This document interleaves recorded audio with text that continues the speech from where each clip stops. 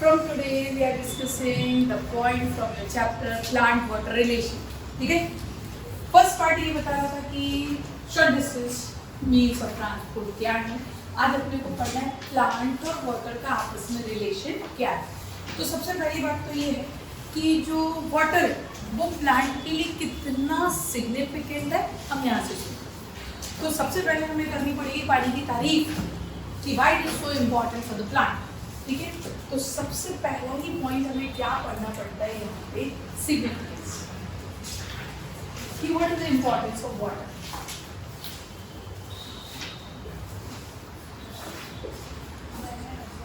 चलो एक तो बात मुझे बताओ, सीड, मेरे पास एक सीड है, कोई भी ले लो, गेहूं है, चावल है, जवारी है, वो लिविंग है या नॉन लिविंग है? क्या बात करते हो?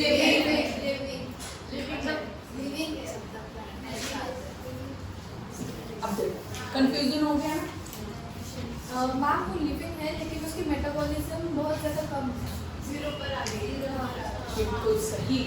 ये मुझे बताना चाह रही है कि अगर मैंने एक ड्राई सीड लिया है तो उसमें मेटाबॉलिक रेट 0 है, ना तो वो मरा हुआ है ना वो जिंदा है बेचारा. This is called dormant. This is called dormant. लेकिन अगर मैं उसको पानी दे दूं तो क्या होगा? It will grow, germinate. तो अब इसका मतलब ये है कि बिना पानी के तो हम लिविंग स्टेट भी नहीं बता पा रहे हैं. Are you getting? तो वाटर की अगर हम बात करें तो this water is nothing but a major part of protoplasm और लिविंग मैट्रिक्स. ये प्रोटोप्लाज्म या लिविंग मैट्रिक्स का बड़ा पार्ट है. अगर हमने किसी भी चीज को डेसिकेटेड कर दिया, ड्राई कर दिया, डिहाइड्रेट कर दिया तो मेटाबॉलिज्म दिखना ही बंद हो जाएगा. ठीक है, तो अब हम समझ रहे हैं वाटर की इंपॉर्टेंस क्या है. तो वाटर जो एक पुराना सेंटेंस हमने बचपन में लर्न किया था, जल ही जीवन है, तो ये यहाँ पे अप्लाई करना पड़ेगा. Right, without water even can't explain the metabolism. Without water metabolism तक नहीं बता पा रहे तो दूसरा क्या बताएंगे. तो पानी कितना जरूरी है वो हमें समझना है. अच्छा, when we are talking about the plant, अगर आप प्लांट की बात कर रहे हो तो प्लांट में वाटर का एक और मेजर सिग्निफिकेंस कहाँ पर आएगा? कौन सी प्रोसेस में? फोटोसिंथेसिस. फोटोसिंथेसिस में ये जो वाटर है वो कैसे काम करेगा? बिल्कुल सही, रॉ मटेरियल ही है वहाँ तो सीधा मैम, क्योंकि अगर मेरे पास CO2 के साथ साथ H2O नहीं रहा तो फोटोसिंथेसिस होगा ही नहीं. So this is one of the raw material. ठीक है, अब मिनरल्स मिट्टी में पड़े हुए हैं हमारे. मिनरल्स कहाँ पर प्रेजेंट है? सॉइल में. अब जैसे मैंने यूरिया डाला तो न्यूट्रिएंट डाल दिया, तो यूरिया के इतने बड़े बड़े दाने होते हैं, प्लांट को सारे यूरिया को निगल जाएगा क्या? फिर कैसे पहुंचेगा ऊपर तक नाइट्रोजन? मैम पहले जो आपका यूरिया है वो वाटर के साथ आयनालाइज होगा, फिर ट्रेवल करेगा. तो सीधा सीधा मीनिंग आप क्या बता रहे हो, ये मेरा क्या है? क्लियर? किसी भी चीज को यहाँ से वहां अगर मुझे भेजना है तो मैं यही तो बता रही हूँ प्लांट में कि मेरे जो न्यूट्रिएंट्स हैं, जो मिनरल्स हैं, वो पानी के साथ जाने वाले हैं. सो surely it is a medium. चलो, अगर मुझे किसी चीज को डिसॉल्व करना है नॉर्मली तो सबसे पहले मैं किस में डिसॉल्व करती हूँ? वाटर. तो अब आप समझ गए कि वाटर को तो मैं ये भी लिख सकती हूँ जनरली सॉल्वेंट है ये मेरा. राइट, बहुत सारी चीजें पानी में घुल जाती हैं जो नहीं घुलती पानी में, सिर्फ उसके लिए ही हमें ऑर्गेनिक सॉल्वेंट लगता है. Otherwise we are not required the organic solvent. तो ये मेरा सॉल्वेंट भी है, ये मेरा मीडिया ऑफ ट्रांसपोर्ट भी है, ये रॉ मटेरियल भी है, ये प्रोटोप्लाज्म का पार्ट भी है. ठीक है, तो इसके साथ साथ जो वाटर होता है आप जानते हो उसके अपने फिजिकल और केमिकल प्रॉपर्टीज हैं.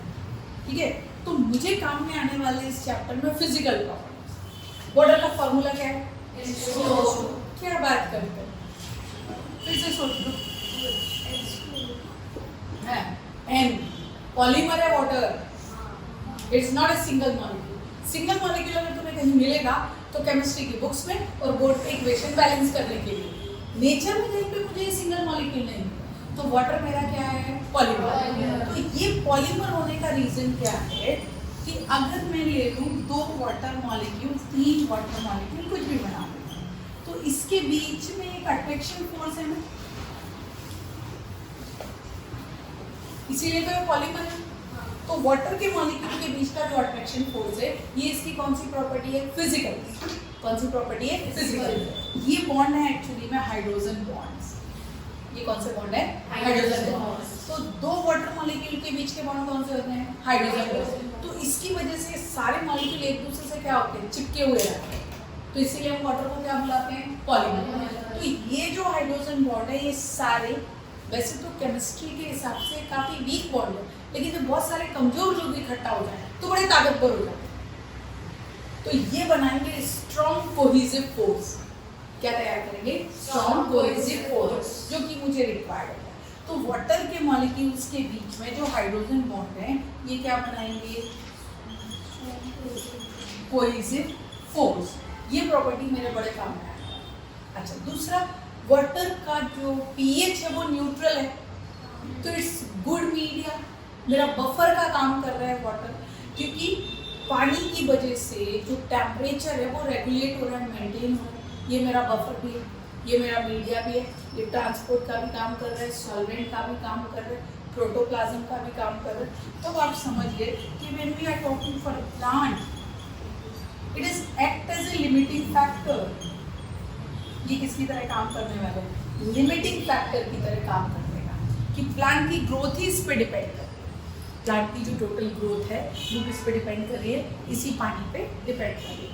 तो अब आप इसका सिग्निफिकेंस इससे ज़्यादा क्या बता सकते हैं? सब कुछ पूरा का पूरा प्लांट में किसके ऊपर डिपेंड है? वाटर के ऊपर। So it's one of the major component. As you learn in biomolecule, living tissue का 70% पार्ट पानी होता है, राइट? लिविंग टिश्यू का कितना परसेंट? 70% पार्ट वाटर होता है। इसीलिए तो होता है क्योंकि इसका इम्पोर्टेंस देखिए आप, राइट? तो ऐसे ही प्लांट में भी ये उतना ही इम्पोर्टेंट है जितना किसके लिए इम्पोर्टेंट है? एनिमल। अब जब हम अपने आसपास के प्लांट को देखते हैं, तो प्लांट और वाटर से रिलेटेड कुछ फैक्ट आपकी बुक में दिए हुए हैं, राइट? कुछ यहाँ पे फैक्ट दिए हुए हैं, आप अपनी टेक्स्ट बुक देखेंगे तब भी दिखाई देंगे। वो बता रहे हैं कि वाटरमेलन में 92% पानी है। देखो वाटरमेलन में कितना पानी है? 92%। क्लियर हो गया? तो सबसे ज़्यादा वहाँ पे वो क्या बता रहे हैं कि अगर मैं एक ले लूँ वाटरमेलन तो मुझे 92% पानी मिलता है, ठीक है? अगर मैंने उसके कंपैरिजन में कोई हर्ब्स ले लिया और फिर डायमेट लिखा हुआ है यानी कि 85% पानी है। कितना परसेंट पानी है? 85% पानी। अगर उसके कंपैरिजन में आप वुडी प्लांट ले लो तो थोड़ा लेस अमाउंट ऑफ वाटर आ जाएगा। किससे? हर्ब्स से थोड़ा कम। और अगर मैं कोई सीड ले लूँ तो वेरी लेस, मरा हुआ नहीं है पर डेसिकेटेड है, बहुत कम पानी है यहाँ पे। तो देखो हर एक की रिक्वायरमेंट अलग है। अच्छा, आगे आप जाओगे, दो प्लांट का स्पेशल रेफरेंस दिया हुआ। एक है मेज मतलब क्या? कौन? मक्का। वो बता रहा है मक्का को कितना पानी लगता है। क्या लिखा है? कितना पानी लेता है? 3 लीटर वाटर पर डे। एक मक्के के प्लांट को एक दिन में कितना पानी देना पड़ता है? 3 लीटर वाटर पर डे। इतना पानी लगेगा भाई इसको। अच्छा, एक और दिया है वहाँ पे मस्टर्ड। वो क्या बता रहे हैं? Mustard absorb water equal to its weight, right? अगर सपोज कीजिए मस्टर्ड का वजन है मेरे पास 100 ग्राम, ठीक है? उस पूरे प्लांट का वजन कितना था? 100 ग्राम। तो ये कितना पानी ले रहा है?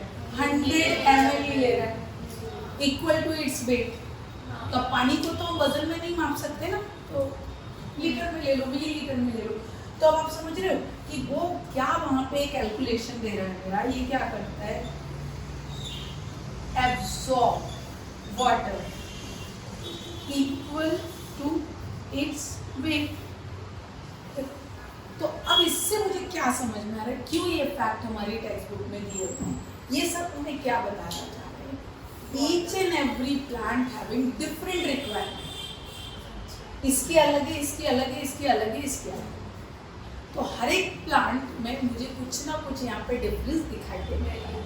सबकी एक जैसी रिक्वायरमेंट नहीं। फॉर एग्जाम्पल आपके पास एक रोज का प्लांट है और एक कैक्टस है, किसको ज्यादा पानी लगेगा? रोज। क्योंकि डेजर्ट प्लांट ने खुद को क्या कर लिया?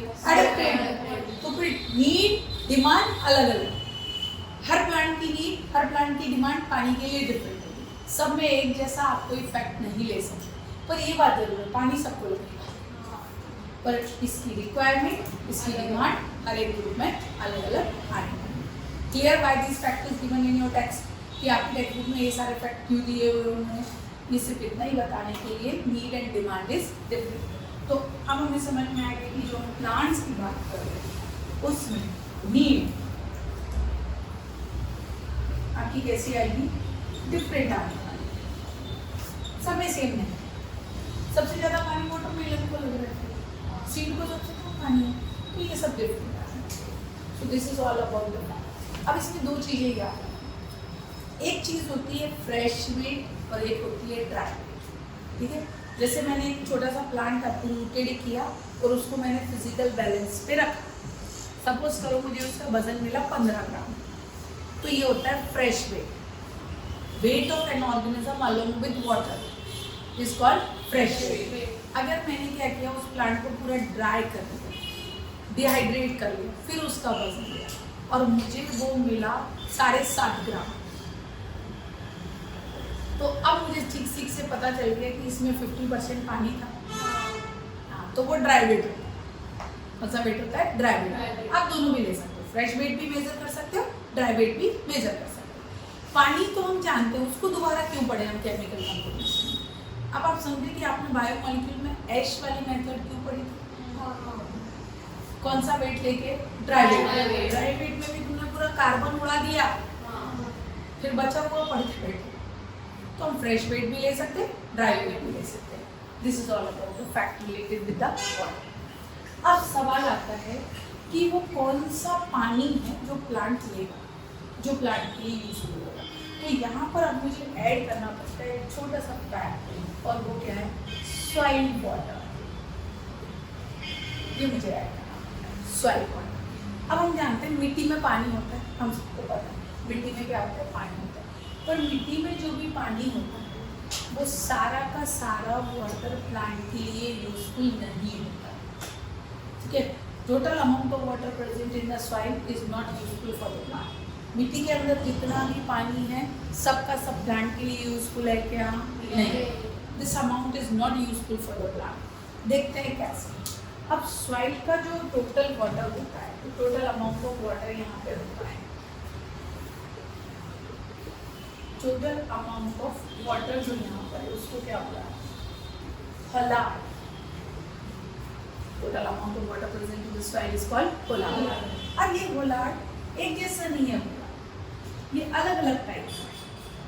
सपोज करो मेरे हाथ में एक छोटा सा रुमाल है, हैंकरचीफ है, मैंने उसको पकड़ के देखा, मुझे मॉइस्ट लग रहा है, तो मुझे समझ में आया इसमें पानी है, पर मैं उसमें से पानी बाहर नहीं निकाल सकती in the form of droplets. पानी तो है पर आप उसको क्या नहीं देख पा रहे हो, जिस फॉर्म में चाहिए उस फॉर्म में आपको मिल रहा नहीं। ऐसे ही पहला वाटर होता है। सपोज कीजिए मेरे पास है ये सॉइल पार्टिकल्स, ठीक है, ये मेरे पास है soil particles. In soil particles के चारों तरफ एक बहुत ही थिन मॉइस्चर की लेयर है,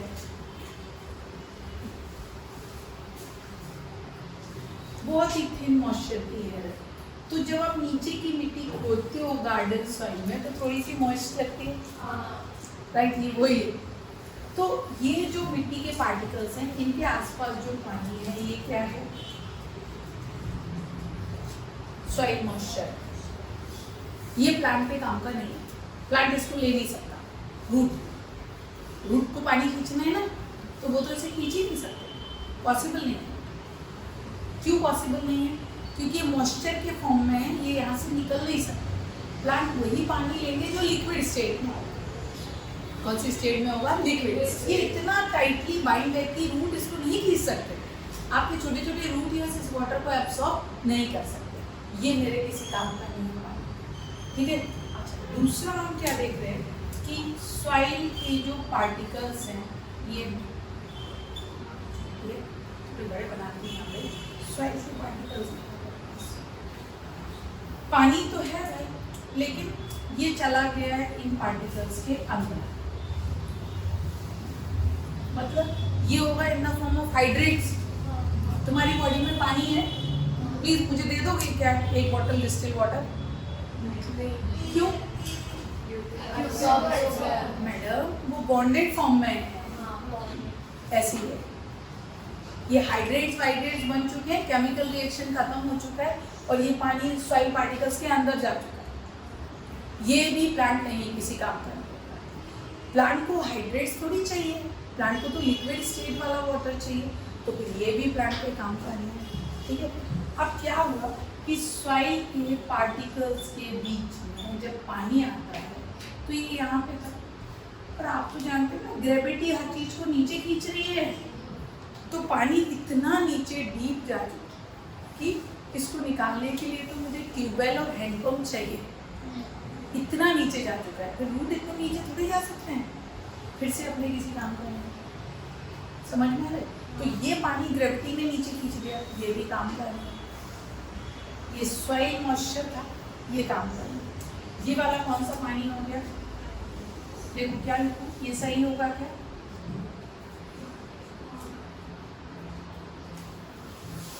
केमिकली कंबाइंड वाटर, मिट्टी के पार्टिकल जो छोटे मोटे थे उनके साथ रिएक्शन कर चुका है ये, अब मेरे काम कर रहा है। ये वाला कौन सा है? Gravitational water. ये कहाँ स्टोर हुआ है?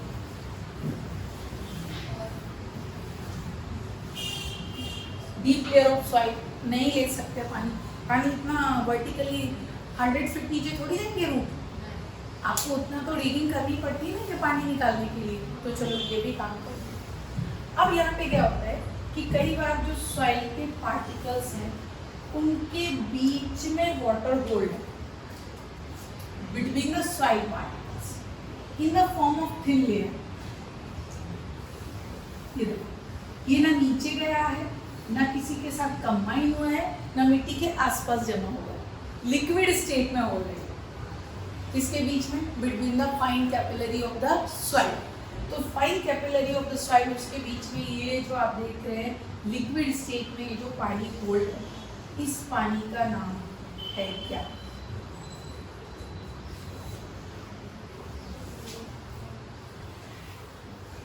Capillary water. ये कौन सा वाटर है? Capillary water. And this is only useful water. ये यूजफुल वाटर, इसे ही हम बोलते हैं मेटाबॉलिक वाटर।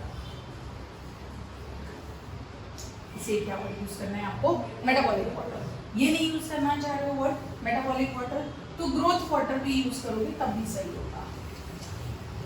तो अब समझ में आ गया प्लांट के काम का कौन सा पानी है? Capillary water. Gravitational water, chemically combined water, soil moisture is not useful. तो प्लांट जो पानी यूज करने वाले हैं वो ये। तो अब आप समझ गए रूट के जो रूट लेयर्स हैं वो कौन सा पानी लेते हैं? Capillary water, because it's in a liquid state ना। ठीक है, अब जैसे कि मैं बोलूँ कि आप ये पत्तियाँ खा लो, तो उसमें पानी है, पर you can't satisfy your desire. आपको वो लिक्विड ही चाहिए, पानी वैसा का वैसे चाहिए, ऐसे ही प्लांट। तो उसे कौन सा पानी चाहिए? Capillary water. यही हमारा ग्रोथ वाटर है और प्लांट यही एब्सॉर्ब करता है। तो अब अपने को समझ में आ गया इसका सिग्निफिकेंस क्या है, इससे रिलेटेड कुछ फैक्ट है और प्लांट के लिए कौन सा वाटर यूजफुल होता है। This is all about the importance of water. अब इस वाटर के इम्पोर्टेंस को समझने के लिए अपने को इसको पढ़ना पड़ता है छोटे छोटे पार्ट्स के बिट्स। तो पूरे इसके सिग्निफिकेंस या रिलेशन को अंडरस्टैंड करने के लिए अपन इसको पढ़ने वाले हैं अलग अलग पार्ट में। तो प्लांट वाटर रिलेशन को पढ़ने के लिए आप इसको पढ़ेंगे 7 डिफरेंट पार्ट्स में। तो सबसे पहला आपको ये पढ़ना है टाइप ऑफ मेम्ब्रेन। दूसरा आप पढ़ते हैं टाइप ऑफ सॉल्यूशन, वो कितने टाइप। अगला आपको पढ़ना होता है वाटर पोटेंशियल क्या चीज है। नेक्स्ट है ऑस्मोसिस क्या है। नेक्स्ट प्लाज्मोलिसिस, वो क्या है। ठीक है, imbibition. ओके, और लास्ट है PAD. ऐसे इसको अपन 7 छोटे छोटे पार्ट्स में पढ़ना है ताकि हमें प्लांट और एनिमल्स, सॉरी प्लांट और वाटर का पूरा रिलेशन समझना है. तो अपन इसको 7 पार्ट्स में पढ़ना है. So this is all about your introductory part, plant water relation. कि आखिर प्लांट वाटर का क्या रिलेशन आएगा, इसको समझने के लिए हम क्या करेंगे. तो वो सब चीज़ें हम छोटे छोटे पार्ट्स में पढ़ना है जिससे हम इसके रिलेशन को आसानी से अंडरस्टैंड कर सकें. Diffusion, pressure, diffusion. Diffusion, pressure, diffusion. As we learn detail in each and every part, so I am not elaborating more here. Just you should know what is plant-water relation. Diffusion, pressure, diffusion.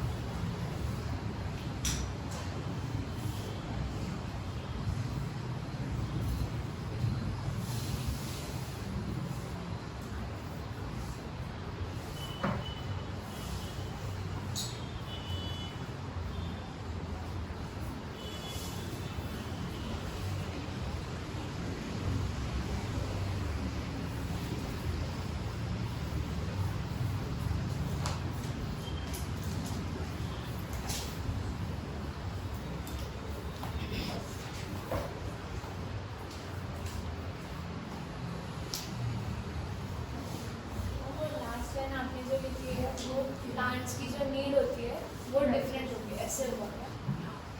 मेज को मुझे देना पड़ेगा 3 liter water per day, while when you are talking about the mustard or brassica, it's having different need.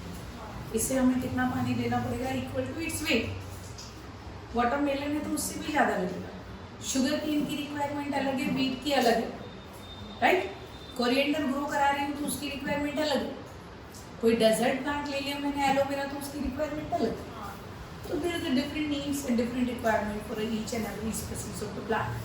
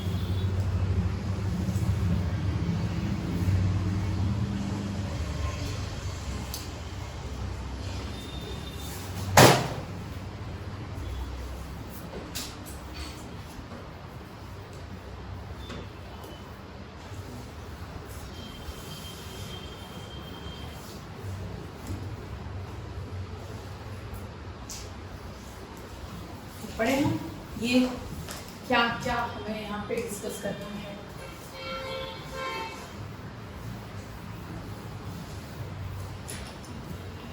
और नाम वो ये type करना sorry no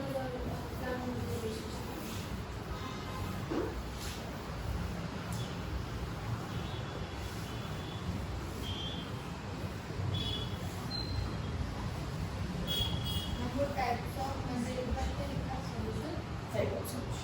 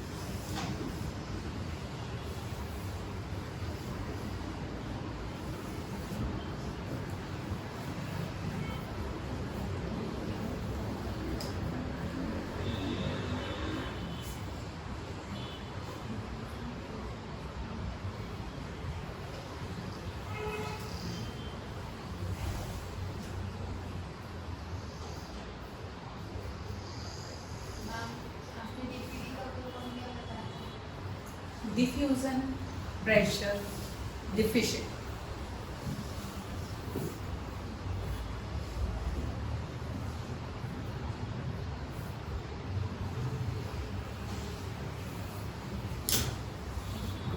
so first of all ये पढ़ेंगे हम टाइप ऑफ मेम्ब्रेन, ठीक है।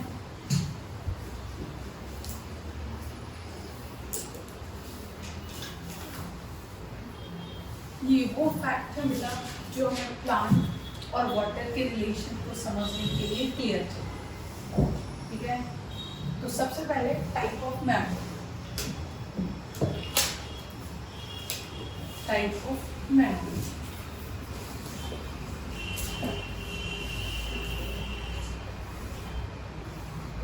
We are imagining the one cell, हम एक सेल को इमेजिन करें। अब प्लांट वाटर पढ़ रहे हैं, प्लांट सेल इमेजिन।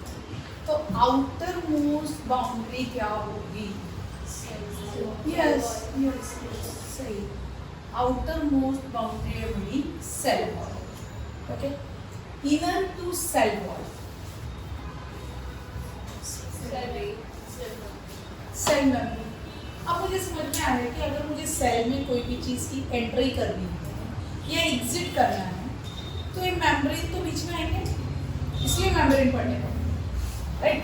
अगर मैं चाहती हूँ कि कोई चीज़ सेल में एंटर करे या तो कोई चीज़ सेल से बाहर जाए तो definitely we are having the concept of membrane, इसके बिना तो मुझे पॉसिबल नहीं है। तो मुझे मेम्ब्रेन क्यों पढ़ने पड़ रहे हैं वो समझ में आता है। किसी भी मॉलिक्यूल को सेल के अंदर जाना हो, चाहे तो वो रूट हेयर के अंदर पानी ही क्यों ना भेजना हो या तो रूट हेयर के अंदर कोई मिनरल्स ही क्यों ना आपको ट्रांसपोर्ट करना हो, तो ये बाउंड्रीज तो आएंगी ना आपकी, इसलिए मुझे ये पढ़ना। और when we are talking about the plant cell there is one extra membrane, ये बड़ा सा पार्ट वैक्यूल है, तो वैक्यूलर मेम्ब्रेन भी तो है, नाम याद है, तो ये भी एक मेम्ब्रेन है, ठीक है। अब ये सब मेम्ब्रेन मुझे यहाँ पे पढ़नी पड़ती है क्योंकि इसके बिना मेरा कंसेप्ट क्लियर नहीं हो पाता है। तो सबसे पहले क्या होता है कि मैं मेम्ब्रेन बना देती हूँ। ये मेरे पास मेम्ब्रेन है सपोज, ये मेरी मेम्ब्रेन, ये क्या कर रही है कि सॉल्वेंट यहाँ पे मेरा पड़ा हुआ है, उसको कोई तकलीफ नहीं दे रही, उसको जाने दे रही है। यहाँ पे मेरे सॉल्यूट पार्टिकल्स हैं, उसको भी कोई प्रॉब्लम क्रिएट नहीं कर रही, उसको भी जाने दे रही। तो ये मेरी मेम्ब्रेन जो कि सॉल्वेंट की एंट्री को भी नहीं रुका रही है, सॉल्यूट पार्टिकल की एंट्री को भी नहीं रुका रही, so not a barrier, right. तो ये जो मेम्ब्रेन है ये होती है क्या, ये कौन सी मेम्ब्रेन है? परमिएबल मेम्ब्रेन, जो कि किसी चीज के लिए बैरियर कॉज नहीं करने वाली है, और ऐसी मेम्ब्रेन प्लांट में क्या है?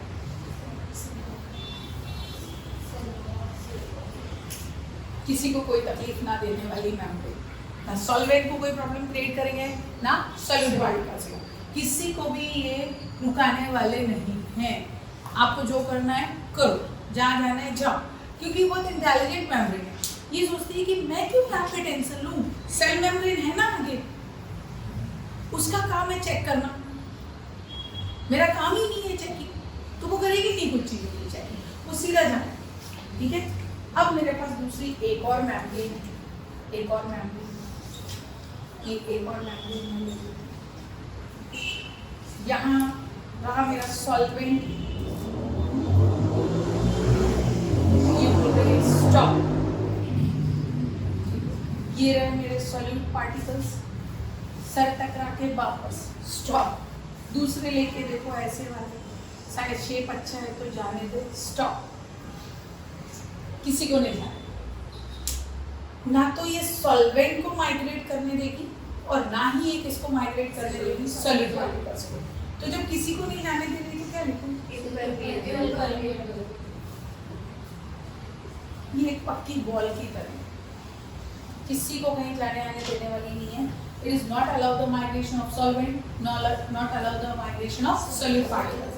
किसको भी यहाँ ये जाने नहीं देगी। ऐसी मेम्ब्रेन भी होती है प्लांट में, राइट? और ये आपको कहाँ पर मिलेगी? प्लांट सेल के एंडोडर्मिस में। कहाँ पे? प्लांट सेल के कौन से हिस्से में? एंडोडर्मिस। और इनका नाम क्या है? Casparian bands. तो एंडोडर्मिस की जो मेम्ब्रेन है वो कंप्लीट इम्परमिएबल होने वाली है इन सेल, किसी को भी जाने नहीं देंगे, ना तो सॉल्वेंट का माइग्रेशन अलाउ करेंगे ना ही solute particles, completely impermeable, completely impermeable. चलिए एक और मेम्ब्रेन का टाइप देखते हैं। यहाँ पर ये फिर से अपन एक मेम्ब्रेन ड्रॉ कर लेते हैं, एक मेम्ब्रेन, ठीक है। यहाँ पर है मेरे सॉल्वेंट, ये सॉल्वेंट को जाने दे रही है, no barrier for the solvent. ये मेरे पास है सॉल्यूट पार्टिकल्स, नहीं जाने। सॉल्वेंट के लिए कैसी? परमिएबल, और सॉल्यूट पार्टिकल के लिए नॉन परमिएबल या इम्परमिएबल। तो ये जो मेम्ब्रेन है इसका ये नाम है सेमी परमिएबल। तो अब आप समझ गए सेमी परमिएबल क्या होता है? The membrane which is allow the migration of only solvent, not a solute particle. मजे की बात तो ये है कि ये मेम्ब्रेन प्लांट में होती ही नहीं है।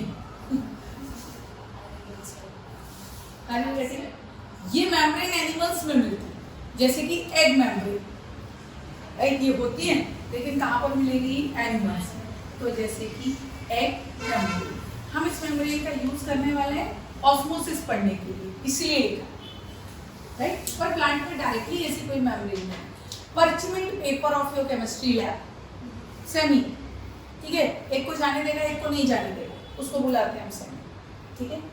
तो अगली मेम्ब्रेन को ड्रॉ करके देखते हैं। ये एक मेरे पास मेम्ब्रेन है, अब ये मेम्ब्रेन सॉल्वेंट के लिए कंप्लीट परमिएबल अगेन, कोई बैरियर नहीं कॉज कर रही। ये मेरे छोटे छोटे ऐसे star shape molecule solute particles हैं, और ये राउंड वाले। तो ये स्टार शेप वाले को बोल रही है यस यू कैन, तुम जा सकते, पर राउंड नहीं जा सकते, समझ रहे? तो सॉल्वेंट के लिए तो परमिएबिलिटी दिखा रही है, लेकिन सॉल्यूट पार्टिकल सारे जा पा रहे हैं क्या? नहीं जा पा रहे। इसका मतलब ये है selectively permeable, which you learn in a Singer and the Colson model, right. ये मेरी कौन सी मेम्ब्रेन है? कई बार क्या होता है कि हम सेमी और सिलेक्टिवली को सेम समझ लेते हैं, but no, semi is only for the solvent but selectively permeable, that is called SPM. ये एसपीएम है, सिलेक्टिवली परमिएबल मेम्ब्रेन। इसी को दूसरा नाम ले लो, डिफरेंटली परमिएबल। देखो ये इस मॉलिक्यूल के साथ अलग बिहेवियर बता रही है, इसके साथ अलग डिफरेंट बिहेवियर कर रही है ना। स्टार शेप वाले को क्या बता रही है कि ओके यू कैन, मतलब परमिएबल है उसके लिए, और राउंड वाले को जाने दे रही है क्या? नहीं। तो ये डिफरेंटली परमिएबल मेम्ब्रेन। तो अब आप समझ में आ गया सिलेक्टिवली परमिएबल क्या होता है। सीधा याद रखो, सिलेक्ट करके मॉलिक्यूल्स को आगे जाने दें, not for all. It's not allow the entry of all, it allow the entry of selected solute particles and completely permeable for the solvent. और ऐसी मेम्ब्रेन ही हमारे सबसे ज्यादा काम की है। ये है मेरी सेल मेम्ब्रेन, या तो प्लाज्मा मेम्ब्रेन, या तो इसका एक और नाम आप अच्छे से जानते हो, लिपोप्रोटीन मेम्ब्रेन। यही नाम है इसके सारे। सेल मेम्ब्रेन भी यही है, प्लाज्मा मेम्ब्रेन भी यही है, लिपोप्रोटीन मेम्ब्रेन भी यही है। This is all about the 4 different types of membrane. हाँ, अब आपको मेम्ब्रेन की इंफॉर्मेशन मिल गई कि कैसी कैसी आपको मेम्ब्रेन क्रॉस करानी पड़ सकती है during the transport. May be permeable मिल सकती है, वो नहीं मिल रही तो कैसी मिल सकती है मुझे? इम्परमिएबल भी हो सकती है, सेमी भी हो सकती है, सिलेक्टिव भी हो सकती है। These are the 4 different types of membrane.